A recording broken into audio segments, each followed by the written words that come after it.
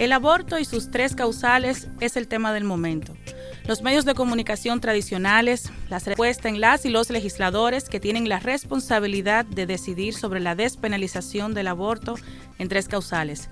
Sin embargo, bajo las consignas, ni muertas ni presas por interrumpir un embarazo para salvar vidas, y ni una menos, vivas las queremos, feministas y activistas de todo el país acampan fuera del Congreso Nacional exigiendo una respuesta por la que llevan elevando su voz, marchando y esperando desde hace más de 2 décadas. Para algunos, la discusión sobre la interrupción del embarazo es un tema de salud, de políticas públicas, respeto a la dignidad de las mujeres, quienes tienen el derecho fundamental de preservar su vida en situaciones extremas y decidir sobre su cuerpo. Otros, en cambio, proclaman a todo pulmón que el derecho a la vida es inviolable desde la concepción hasta la muerte y es responsabilidad del Estado dominicano garantizar su protección como lo establece la Constitución en su artículo 37. Más allá de fijar una posición, desde perspectiva judicial veamos las cifras. La Organización Mundial de la Salud señala que cada año se practican 42 millones de abortos inducidos por mujeres que enfrentan un embarazo no deseado.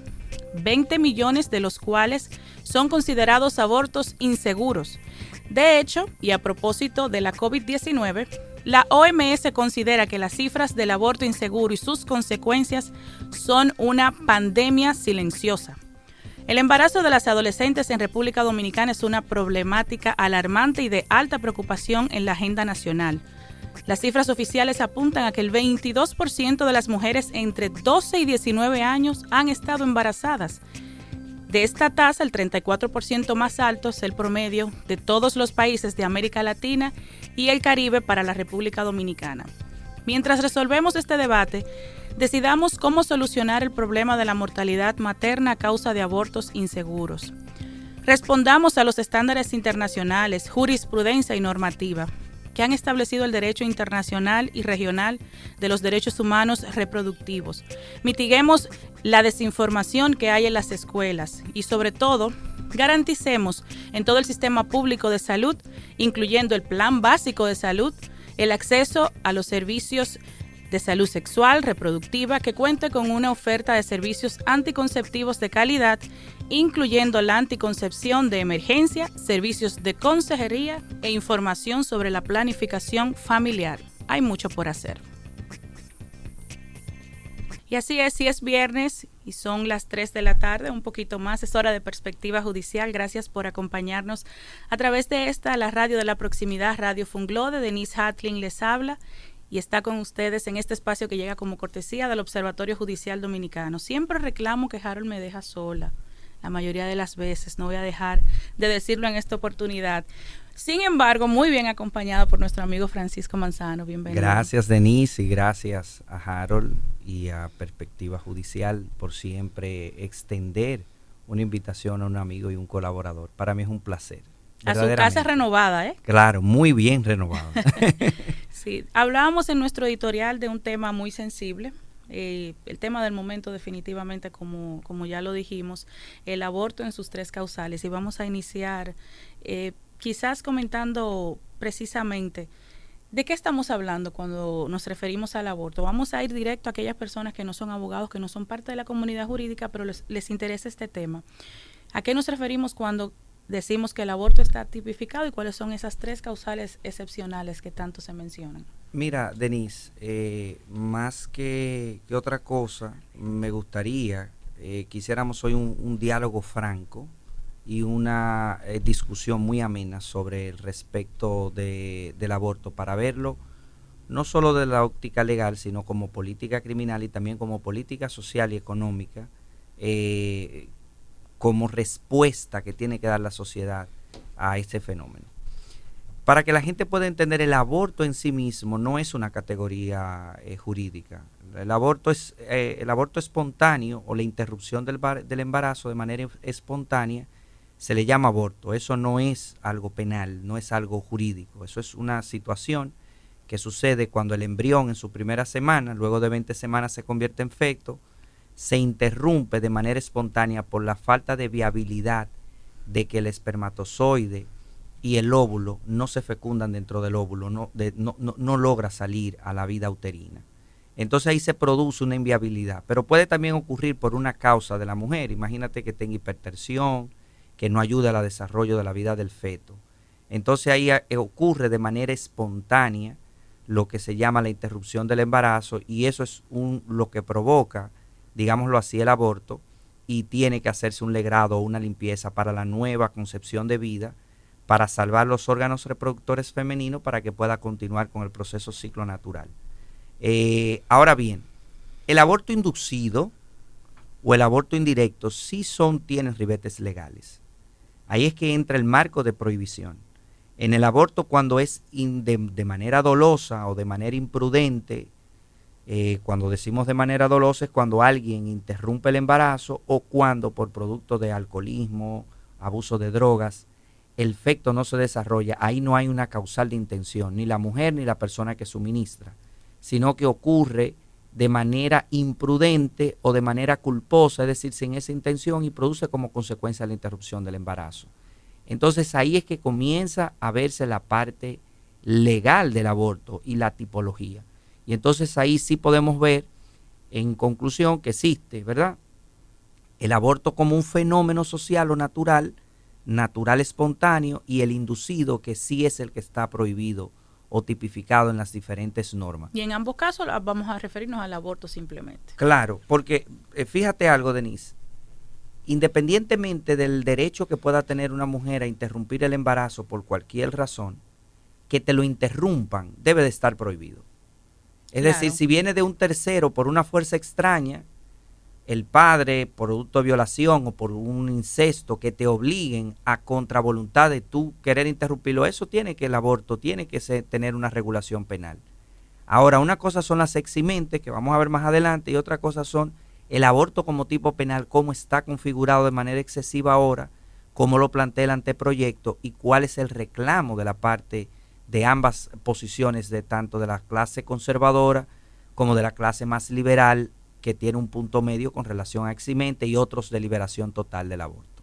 Culturalmente nosotros siempre escuchamos, al menos en mi caso, que las mujeres que deciden interrumpir voluntariamente, claro, de manera ilegal, ¿no?, su embarazo, lo hacen a través de brebajes, de medicamentos o de determinadas inyecciones, cuyo nombre obviamente no vamos a mencionar.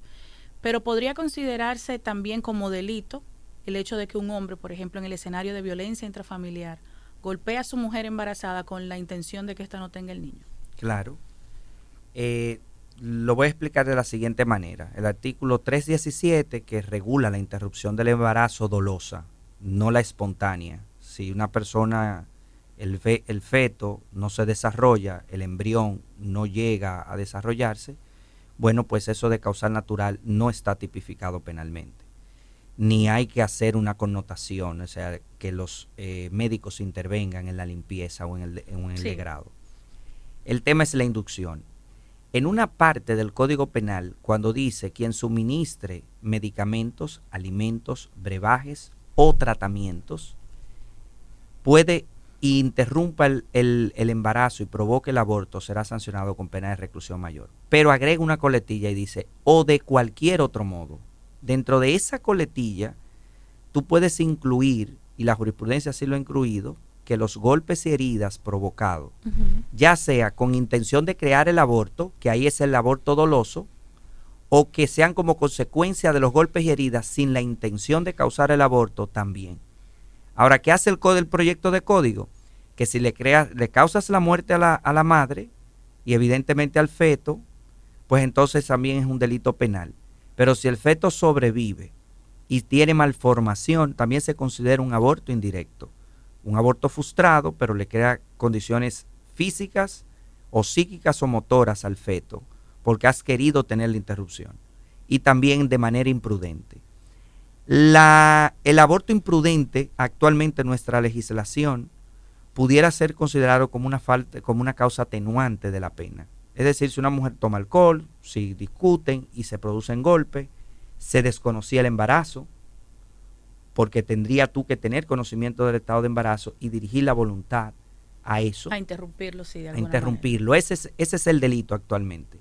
Ahora, si se produce que no conocías el embarazo, y que evidentemente los golpes y heridas no eran dirigidos a causarlo, entonces ahí se corresponde a un aborto imprudente, porque en las nuevas corrientes siempre se sanciona la conducta que provoca una lesión a un bien jurídico, y el feto y el embrión en su etapa anterior está protegido desde la concepción.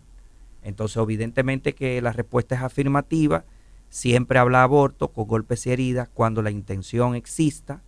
Entonces es un aborto doloso o un aborto imprudente cuando sea consecuencia de los golpes y heridas y la persona conocía del estado de gravidez de la persona. Es decir que sí. A los que les preocupa el tema de los abortos inseguros y clandestinos, están ahora mismo acampando muchos de ellos frente al Congreso, exigiendo no un aborto libre, sino 3 causales. ¿Cuáles serían esas excepciones que les permitirían a las mujeres poder abortar sin que se constituya un delito?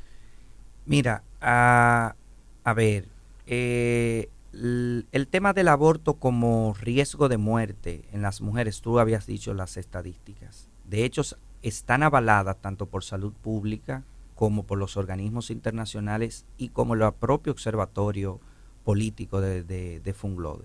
Han coincidido estadísticamente que mueren cerca de 90 mujeres por problemas de feminicidio, o digámoslo así, crimen pasional, y es el doble por causa del riesgo del aborto. Porque no solamente es producto del aborto clandestino, sino porque la mujer no recibe atención médica cuando es hipertensa, cuando tiene problemas de diabetes. Ocurre que no es viable o no existe la medicación necesaria para cuidar al feto, entonces se interrumpe el embarazo, el feto muere y entonces se produce una muerte fetal, que ya no es un aborto, sino que ya después de varias semanas es una muerte fetal. Claro, es otra condición. Y entonces ahí es el riesgo de muerte. Entonces los médicos saben cuándo ese feto va a causar problemas. Fíjate que hay un momento en el que médicamente se puede determinar que aún el feto se desarrolle con vida, la madre va a sufrir o tiene altas probabilidades de morir. Entonces ahí que se interrumpe el feto cuando no tiene malformación congénita. Entonces no hay que esperar que la vida de la madre y del feto estén en peligro de muerte para que el médico tenga que decidir.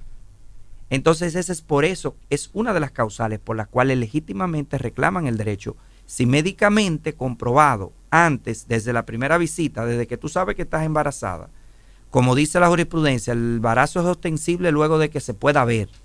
Entonces un embarazo no se puede ocultar de sí misma. Entonces vas al médico y el médico ve tu presión arterial alta, tu proclive genéticamente a que no vayas a sobrevivir y recomienda médicamente que deben de interrumpir el embarazo. Vamos a llevar esa causal a un ejemplo, el caso de Esperancita. Claro, el caso Esperancita es un claro ejemplo de la interrupción del embarazo producto de que ella no podía sostener esa nueva vida. Entonces obviamente...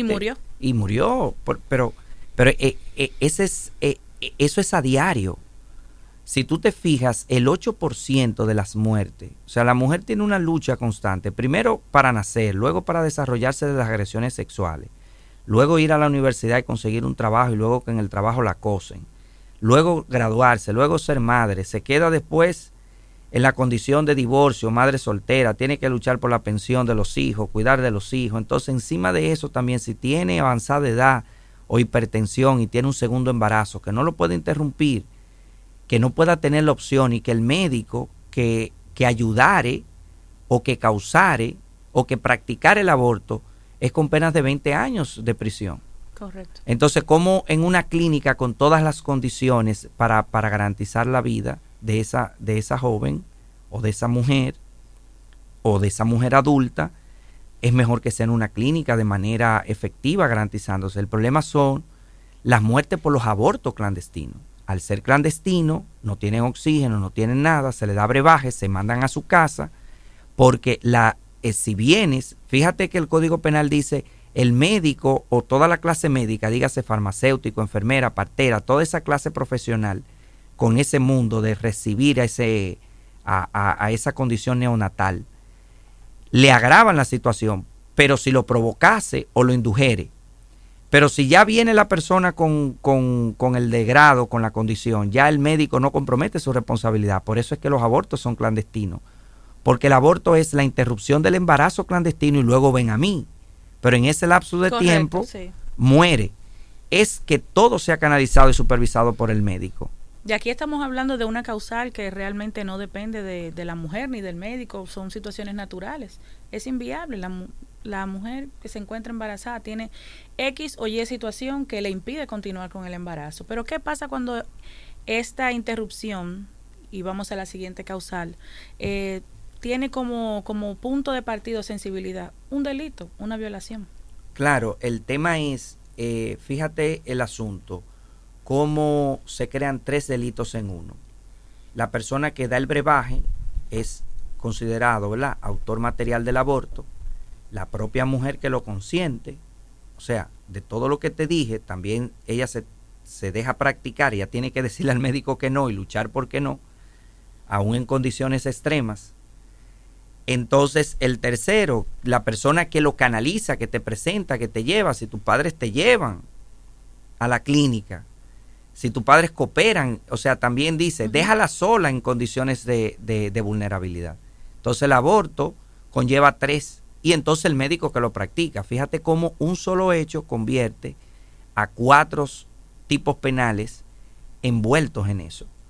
Entonces, evidentemente que el miedo al aborto desde el punto de vista legal, evitar o no, inclusive, o mañana tú liberas el aborto y sin políticas sociales y económicas de integración y de educación, continuarán ocurriendo los abortos clandestinos y la muerte. Claro.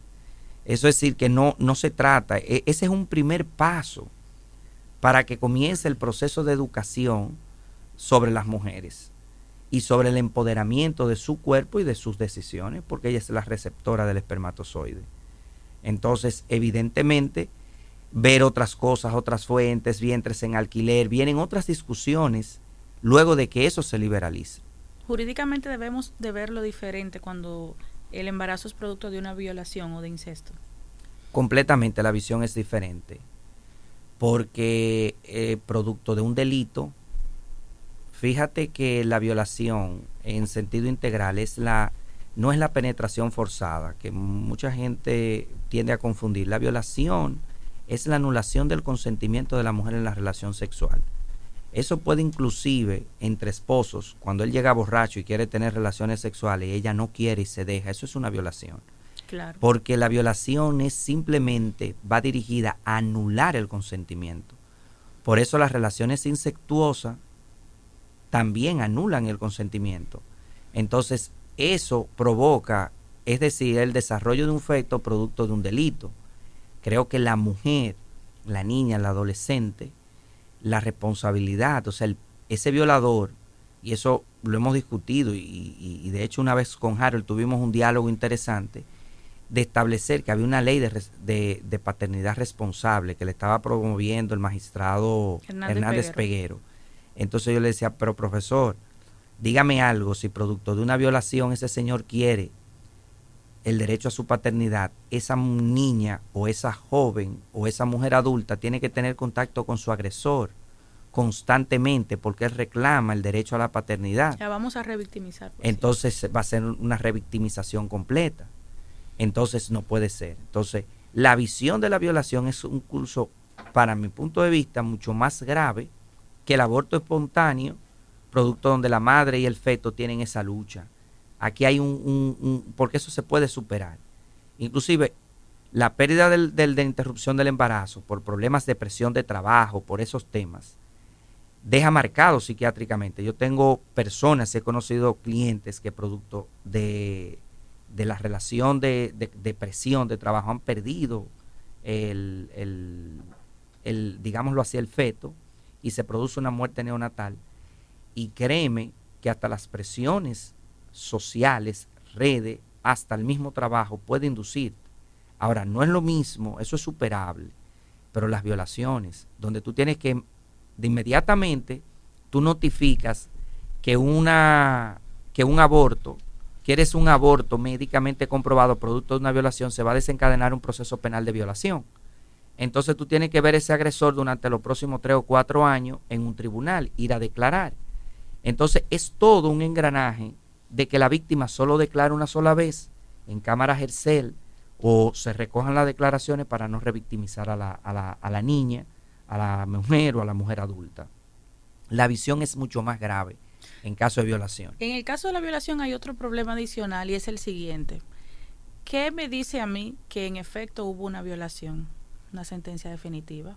Entonces la mujer debe esperar esa sentencia que diga, sí, ese hombre se comprobó y esta es la decisión firme que dice, vamos a condenarle por una violación. En ese tiempo la mujer da a luz 1, 2 y hasta 3 hijos, quién sabe.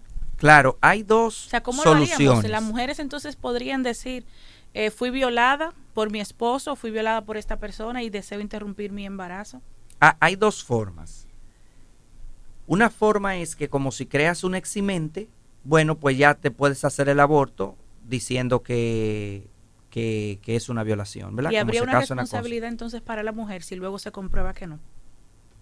El tema está en que las eximentes que hay actualmente circulando es la eximente para los médicos, no para la mujer. Entonces, si la mujer consiente, el que se exime es el médico y ella, producto de la violación, sigue siendo responsable. Entonces, el eximente debe de abarcar al que te facilita, al que te apoya y a quien va. Porque el que te facilita los medicamentos para la interrupción, puede que sea el personal médico, pero puede que no. Entonces, ahí hay una situación en la violación. Ahora, ya considerarlo como un derecho, yo no lo consideraría como un eximente, porque si al final quieres tenerlo y quieres darlo en adopción, pues mira, maravilloso, esa sería lo ideal. Pero te quedas la segunda opción, que es tenerlo y tú criarlo. Pero también tienes que tener el derecho, no que sea un eximente, es que puedes generar el derecho. Y entonces cuando ejerces el derecho ahí tienes dos vías o dos soluciones. O creas una eximente penal abierta como derecho a aborto en las primeras 3 semanas. Y hay una solución que es a la cual yo apoyo, que es que se apodere un juez, en este caso sería un juez de la instrucción, o los equivalentes en otros países como lo hacen, se nombra inmediatamente en 48 horas a través del Colegio Médico Dominicano, sería en este caso, o una sociedad equivalente en otro país, se nombra un consejo de médicos de 3, digamos un ginecólogo, un cirujano, un psicólogo, el que se necesite. Entonces comprueba la violación, porque la violación puede haber rasgamiento del himen, pero cuando la voluntad es anulada, pues entonces ya sería la parte psicológica. Sí, porque comprobar que ve la la violación rastre. es una cosa y comprobar que una persona determinada esté vinculada a la violación es otra. Claro, lo que pasa es que la violación puede dejar desgarros en el himen cuando te agarran en el carro concho, esa debilidad en la noche y te violan. Ahí hay completamente una agresión completa. Pero cuando la relación es medio consentida, es decir, tú vas a un lugar y de repente tú dices no, el llamado en España no es no, o sea, no es no y convénceme, no, si ya te dije que no es no, a partir del caso no fue no agresiva banca. porque quizás te seduje de alguna forma y te emborraché, te drogué. Exacto, entonces no no va a es la misma haber agresión. No, pero anula, por eso te dije que la visión de la violación es el anular el consentimiento, no es esa penetración con fuerza, porque puede haber producto de eso. Entonces imagínate que ahí anularon tu consentimiento y no hay rasgamiento del himen. Bueno, pues entonces el psicólogo puede determinar que hay un alto componente de la anulación y se hacen pruebas de mediciones simétricas del comportamiento. Hay diferentes formas psiquiátricas y psicológicas para evaluar que no hubo voluntad. Entonces, si médicamente dicen que no, que ese producto de una violación, que recomiendan que ella, o sea, no van a ser conclusivos de recomendar el aborto, pero dirán que es un producto de su anulación natural, entonces el juez puede evaluar. Entonces el juez puede tomar la consideración de decirle, mire, sí, me parece suficiente la causal de anulación, no lo se autoriza a interrumpir o no, y ahí entonces ella tendría derecho a crear, digámoslo así, a darlo en adopción o quedarse con él. Ayer escuché en radio una encuesta y la pregunta era sencilla. En caso de violación, ¿está usted a favor o en contra de que la mujer tenga el derecho a decidir si interrumpe el embarazo? Era llamar y era sí o no. Muchas personas decían, sí, estoy de acuerdo, porque realmente cómo obligar a una mujer a que permanezca con el producto de un hecho tan desagradable y bochornoso en cierto modo. Otros decían, mira, yo no estoy de acuerdo porque es que el bebé o el producto no tiene la responsabilidad. Otras personas decían, si a mí me tocara, pues yo buscaría ayuda divina para tomar esa decisión. Claro. Pero el común denominador de todas las personas que llamaron, en especial de las mujeres, es la mujer tiene la decisión. Entonces yo me pregunto, jurídicamente hay una colisión entre el derecho de la mujer a decidir sobre su cuerpo y el derecho a la vida establecido en la Constitución. Claro, es que ese es el punto definitivo. Ahí es que debería estar la discusión, no en el derecho penal. La discusión tiene que estar en la génesis. Si hay una coalición de la continuidad de la vida o es un derecho de la mujer, y hacer una ponderación en abstracto antes de que suceda un caso en específico. Entonces, esa ponderación, yo me inclino a pensar que la mujer tendría derecho por las secuelas, tanto emocionales y económicas, que arrastra. Claro. Porque arrastra una circunstancia económica. De hecho, hay una cuarta causal para autorizar el aborto, que son las condiciones socioeconómicas. Una persona en condiciones paupérrimas, que no puede darle una vida ni siquiera inframínima, que se pueda considerar digna, entonces puede solicitar la autorización de la interrupción. Sí, porque primero el Estado te dice, mantén el producto de lo que ella ha considerado un delito. Luego te dice, tienes que mantenerlo, tienes responsabilidades sobre eso, entonces es una continuidad del problema. Claro, porque una niña de 12 años que producto de, imagínate, de en una fiesta va y no conoce ni siquiera quién es el padre, no reclama el padre, entonces ella se queda embarazada. O peor aún, en su casa, embarazada de su hermano y su papá se desaparece. Eso ha pasado en múltiples que el nivel de incesto, ocasiones. Nosotros ocupamos el 3.º o 4.º lugar a nivel de incesto. Es decir, ¿por qué? Porque las condiciones de vivienda son muy infradelicadas, o las condiciones de mayor ingreso pues generan otro tipo de visión de vida. Entonces, es una condición.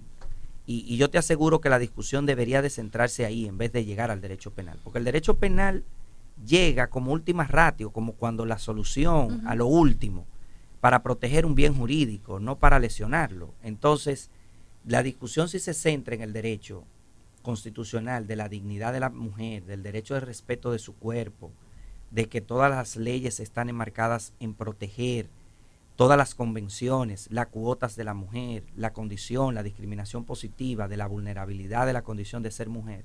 Entonces, y al final le anulas ese derecho para considerarlo ni siquiera en 3 causales, que son las mínimas, entonces ya tú estás de manera, por eso es que muchos de los cuales yo me inscribo, el Tribunal Constitucional anularía y crearía como legislador pasivo las 3 causales.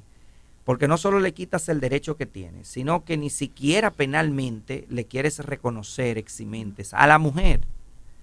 Porque en definitiva es a la mujer que le vas a considerar el tema. Yo no digo que no prohíbas el aborto, vuelvo y te digo, Denise, la interrupción por golpes o porque un tercero no quiera, ya sea el papá, porque condición de racismo, crímenes de odio, no quiera que tenga un hijo de determinada cuestión social. Sí. O por, digámoslo así, por circunstancias voluntarias, sin que la otra persona quiera, porque eso, entonces no, eso debe de estar castigado, perfectamente castigado, pero debe de reconocérsele, de no castigar a la mujer, que es el otro tipo de aborto. El primero es el que te da los brebajes con la intención. Ese aborto sí, pero hay un segundo aborto dentro del mismo artículo 317, que lo reproduce también el Código Penal nuevo, que es que la mujer es causante del propio aborto. Entonces, si lo consintiere o lo causara, entonces tú no vas a ir a un quirófano sin el consentimiento de la mujer para producirse un aborto que en condiciones fetales le va a desfavorecer. Y si es producto de violación, entonces tendría que ser clandestino.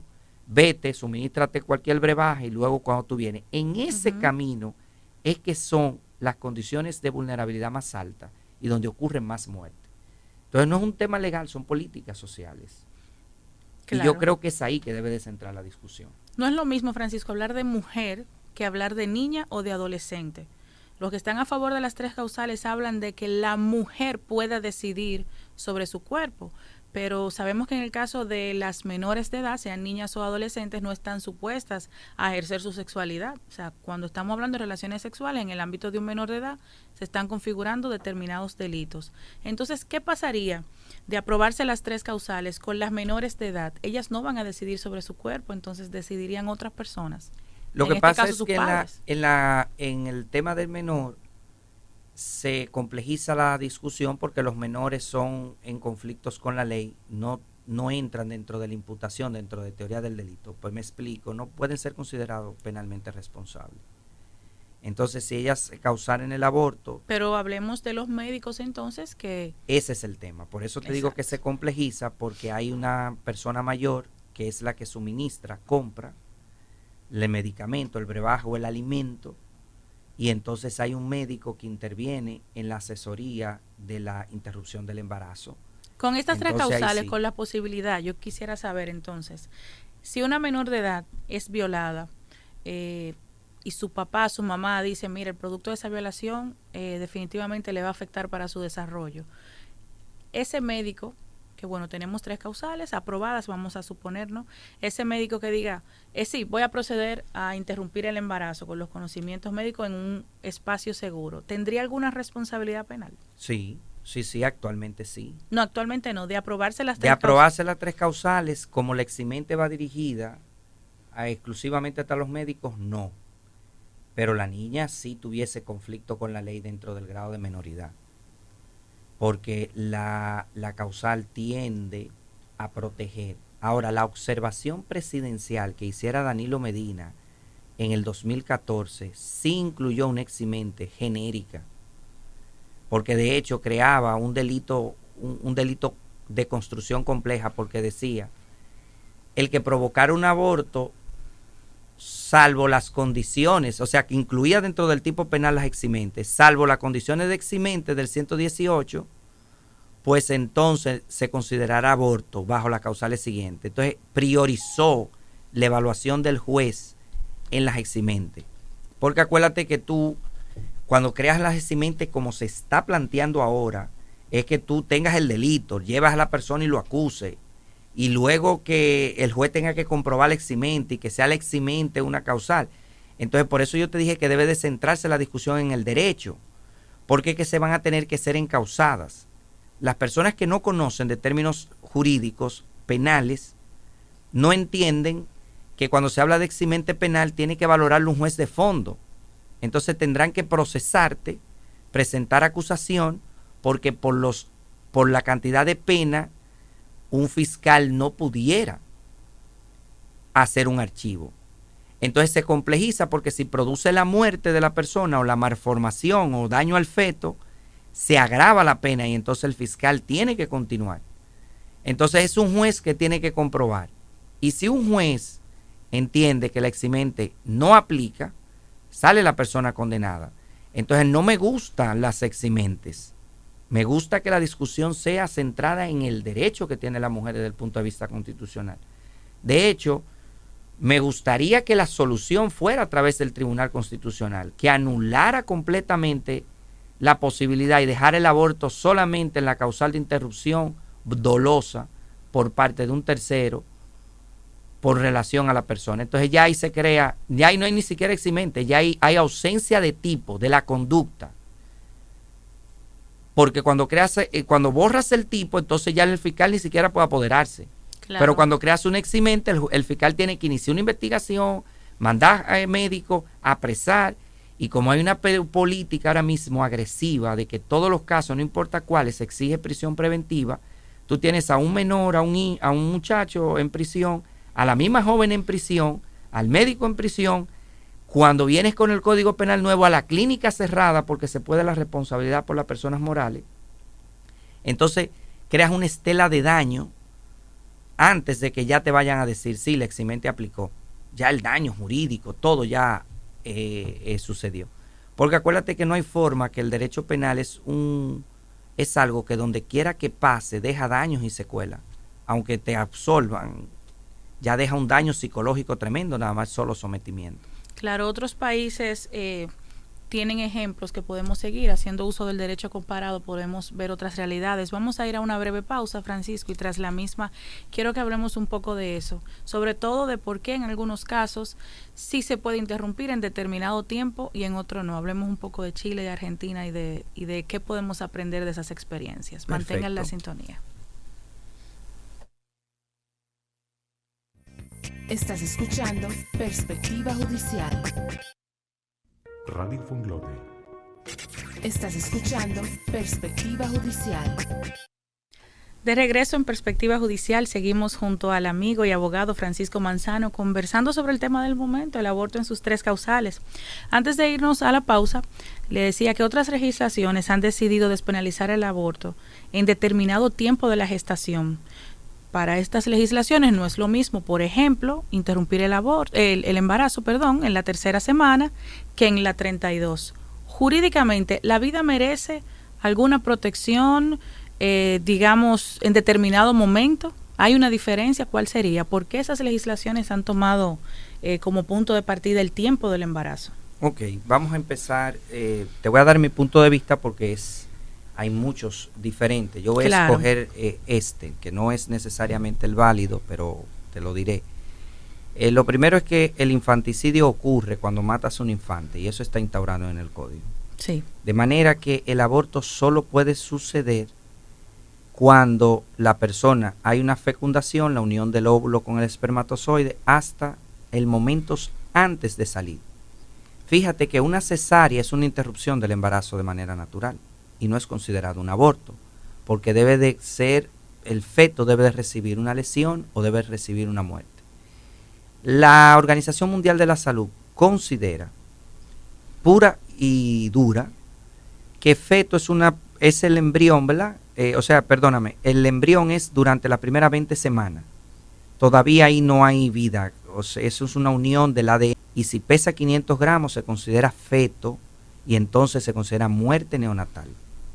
Entonces sí, pero desde el punto de vista jurídico, la interrupción del embarazo desde su inicio hasta el final es un aborto cuando es inducido, como lo establece la jurisprudencia colombiana, que hablando tú de eso, hago el señalamiento que la Corte Constitucional de Colombia despenalizó el aborto inducido, como habíamos explicado, y agregó las 3 causales a través de unas demandas que hizo una médico activista, a través de la Corte Constitucional, porque ahí sí se da el derecho y cierra el tipo penal, lo cierra, no lo crea como un eximente, porque eso es un gancho. Pero bueno, vuelvo con el tema de la protección por semanas. Entonces sí, en República Dominicana, y esa es mi opinión, el Código Civil dice que una persona es considerada cuando nace vivo y viable.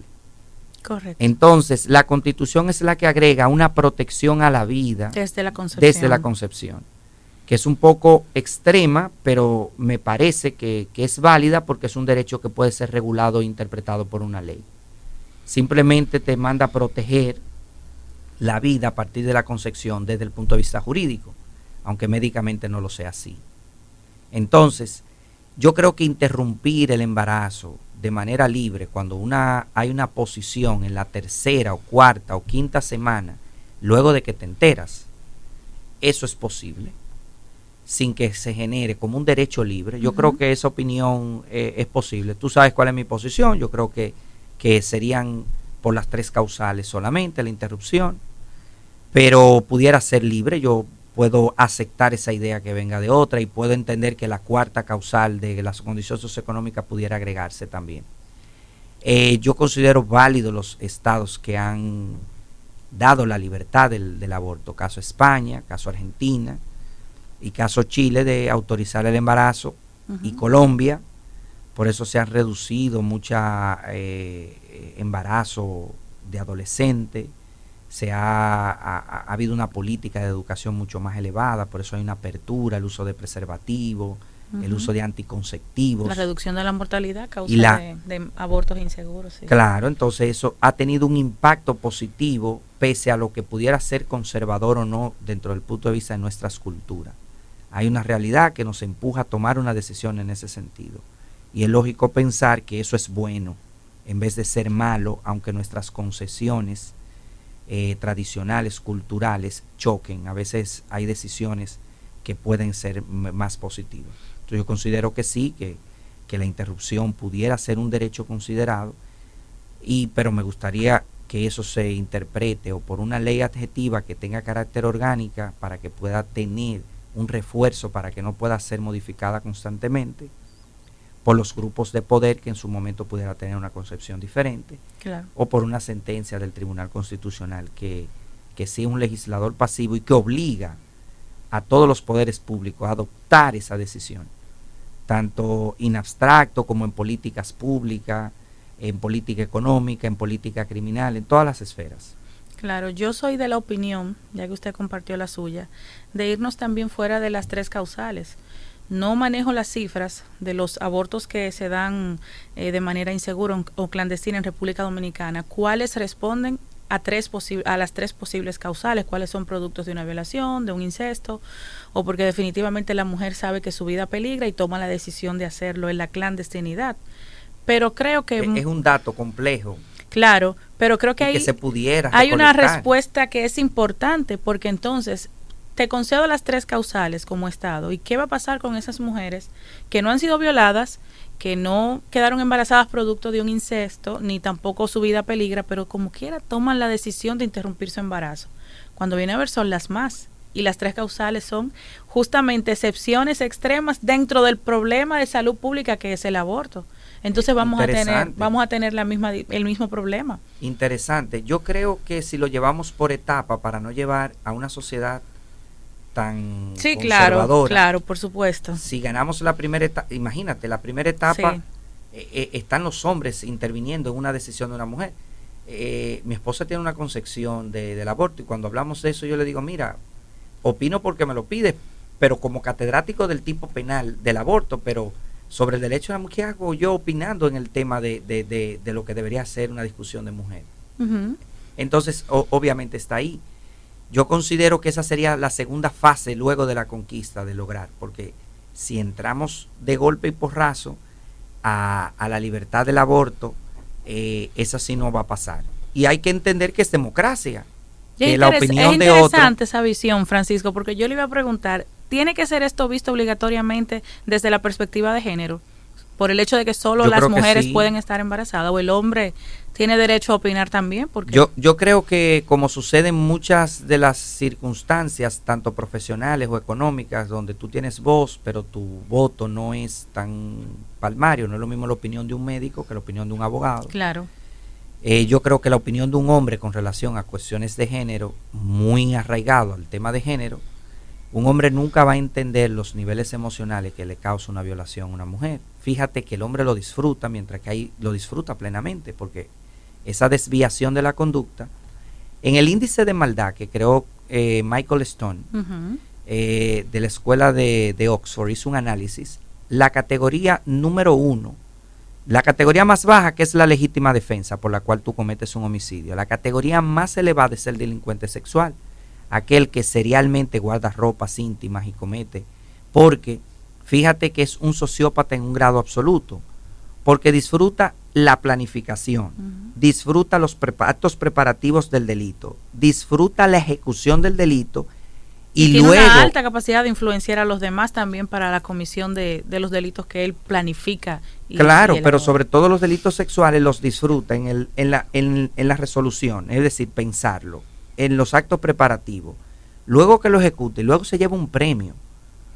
Entonces ese es el grado sociópata más grave, dice Michael Anthony Stone. Entonces, si tú llevas eso al traslado de que el hombre hasta no es lo mismo el sexo, digamos así, masoquista, donde hay intervenciones de cosas, siempre, por eso yo siempre te he dicho, la voluntad aquí esencial, el consentimiento de la mujer es esencial, porque hay relaciones o felaciones sexuales que pueden ser igual que una violación o más grave y son consentidas, y eso perfectamente es válido entre adultos.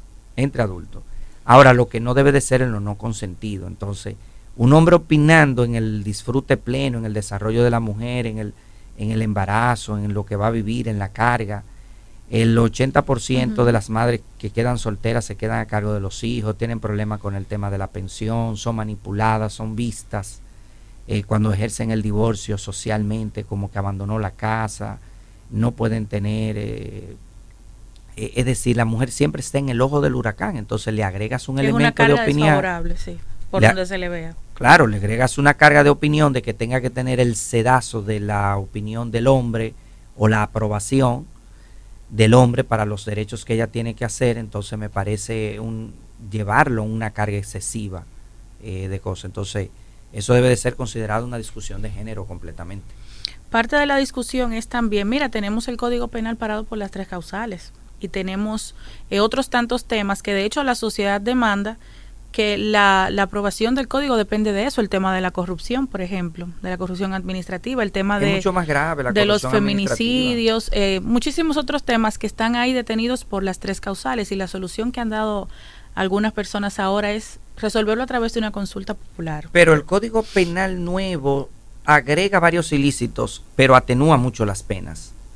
En el caso de la corrupción administrativa. Entonces eso no me gusta, porque la protección al bien público debería de ser más grave, las consecuencias jurídico-penales. Entonces debe de ampliarse. Revisarse esa parte también del Código Penal, porque en el análisis que se hizo en el anteproyecto, cuando sumabas las penas, había una tendencia a la ampliación de la base del delito, pero asimismo decrecía la pena.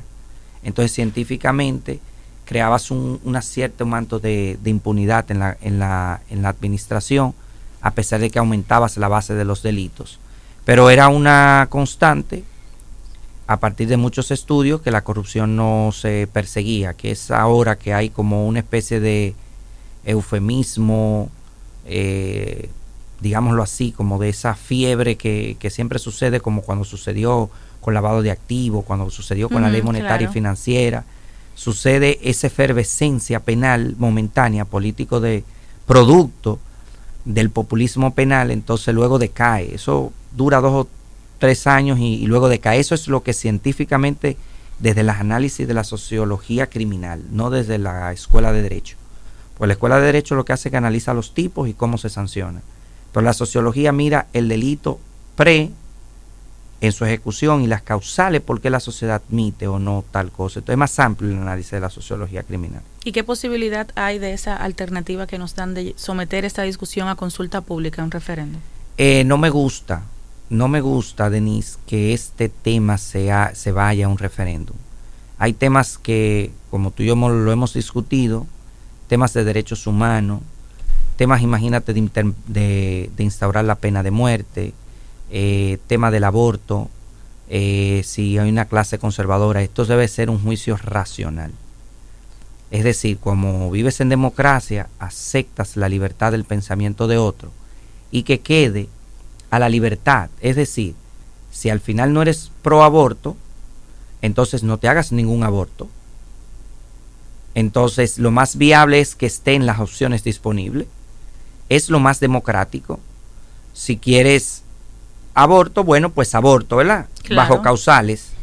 Pero si no lo quieres abortar, entonces nada, únete a ese grupo y nunca abortes. Y las organizaciones, en sentido general, que protegen la vida desde su concepción, deben de existir, y ese pensamiento debe de quedar. No debe de anularse ese pensamiento, porque eso debería ser moral y no racional ante la ley, porque la ley no resuelve los problemas. Y sobre todo menos el derecho penal. Si tú me dices a mí que ni siquiera los delitos tradicionales ha podido atenuarlo el derecho penal, imagínate tú solucionar el tema del aborto desde la sede penal. Correcto. Eso es un completo absurdo. Entonces no me gusta. Eso sería es más, entonces te digo que hasta yo elevaría un recurso de inconstitucionalidad si se permite, como una de las problemáticas sometidas a consenso en referéndum. Ese sería usualmente son los derechos políticos, sociales, difusos, que no entren en colindancia con los derechos humanos. Por ejemplo, si se va a explotar Lomo Miranda o no, sometámoslo a un referéndum, pero si eso va a tener un daño, un impacto ambiental, pues no se puede meter a referéndum. Entonces, no me gusta. Tampoco me gusta la posición desde el Ejecutivo de no definir su causal. Eso tendría mucha influencia. A mí me gustaría conocer la opinión ya desde el Ejecutivo, no desde antes. Y puedo respetar que él sea pro vida. Desde ahora como gobierno. Claro, porque como antes eras un ciudadano, ahí esa Exacto. opinión Hay era una como opinión, la tuya y la mía. Exacto. Pero si yo mañana soy presidente, yo no puedo llevar mis opiniones personales a una función pública.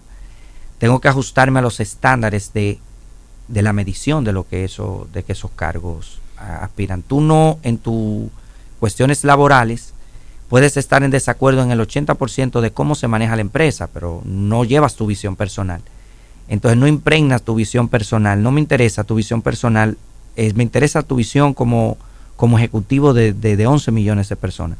Entonces, si días antes decías que protegías al periodista a rajatabla, bueno, pues protege el derecho de la mujer también a rajatabla, o por lo menos tú puedes cambiar de opinión. Me gusta una posición de la profesora Milagro Ortiz Bosch, que escribió un artículo que decía el derecho a cambiar de opinión.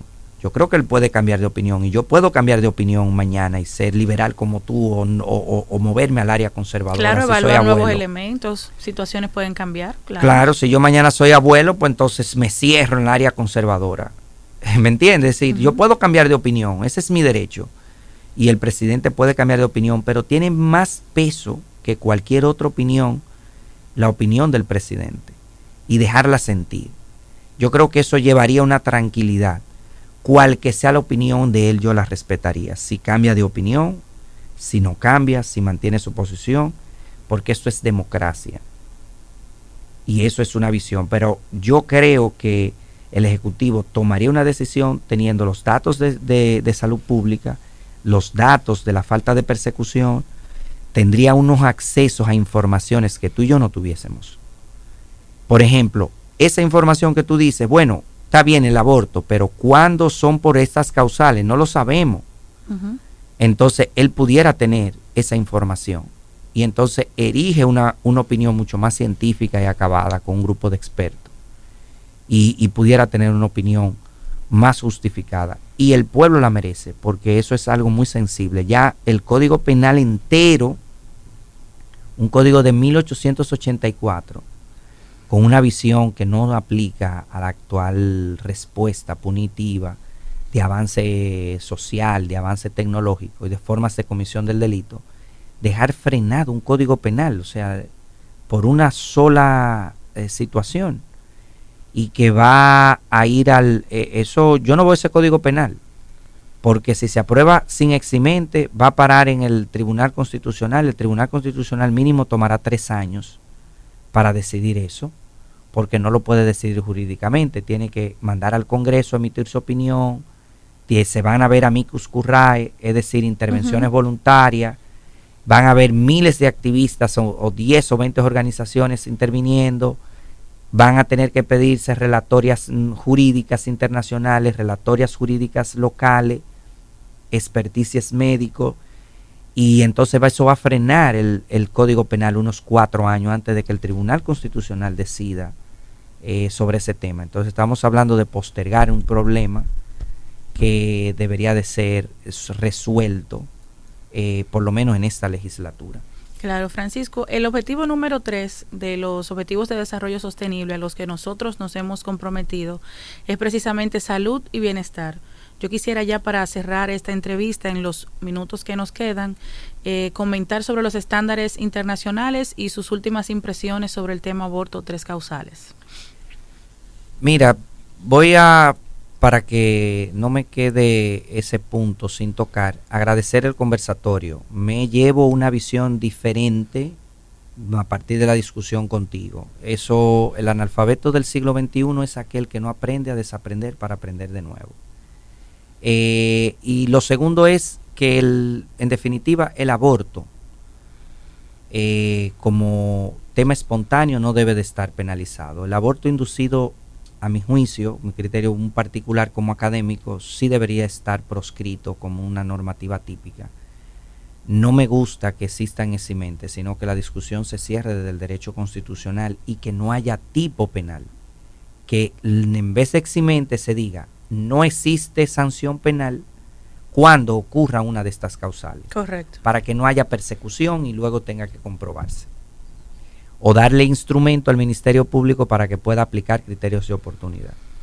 Si eso es así, entonces quedaría por regular una ley especial para cumplir con los estándares internacionales. Es un ser humano con otro ser humano en camino, entonces debe de haber estándares médicos, de evaluaciones psicológicas, de evaluaciones para poder salvar la vida, porque de repente pasas por las 3 causales y de repente quieres tenerlo sin una buena terapia psicológica lo tiene. Si no, al final si decides que no y no hay sostenibilidad, pues entonces respetar. Nosotros estamos bajos en casi todos los índices de desarrollo sostenible y de los objetivos del milenio.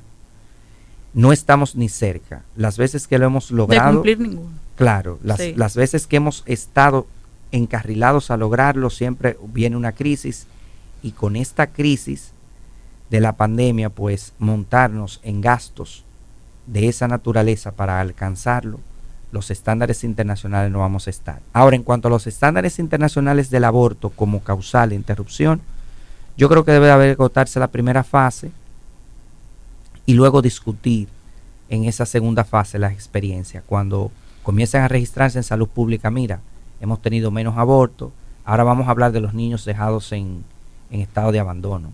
Y entonces ahí comienza la otra discusión mucho más abierta, que sería o de nuestra generación o de nuestra generación continua. Eso pudiera ser mi opinión. Ahí y está el Congreso, por favor, de verdad, hace 7 años ya nosotros hubiésemos tenido un código. Claro. Y hubiésemos tenido ya 3 o 4 revisiones. Hemos dejado y hemos frenado. La primera intento, yo no era ni siquiera estudiante universitario, ya yo tengo 20 años iniciándome en esto. Entonces, el Código Penal tiene más de 27 años. Va a cumplir 30 años parado. Y yo voy a cumplir ya casi 40 años y todavía voy a jubilarme y va a ser con el mismo código. Entonces la generación necesita hacer una acción positiva de que eso se cambie. Y es ahora o no va a ser, o va a ser catastrófico después. Claro, y hubo hace muchos años una reforma procesal penal que necesita de la reforma penal de manera urgente. Como bien lo dice, abogado, docente y amigo del observatorio. Gracias, Francisco. Siempre, siempre. Queda el compromiso, hay muchísimos temas. Claro. Yo esperaba que el tiempo nos diera, pero nos jugó en contra. Pero hay muchos temas pendientes que ya veremos más adelante, incluso con Harold. Y recordarle a todos ustedes que seguimos aquí a través de la radio de la proximidad, Radio Funglode. Esta y todas las entrevistas están disponibles en nuestro canal de YouTube y a través de Observatorio Judicial Dominicano o a través de OJD Funglode pueden enterarse de lo que viene en Perspectiva Judicial. Hasta la próxima semana.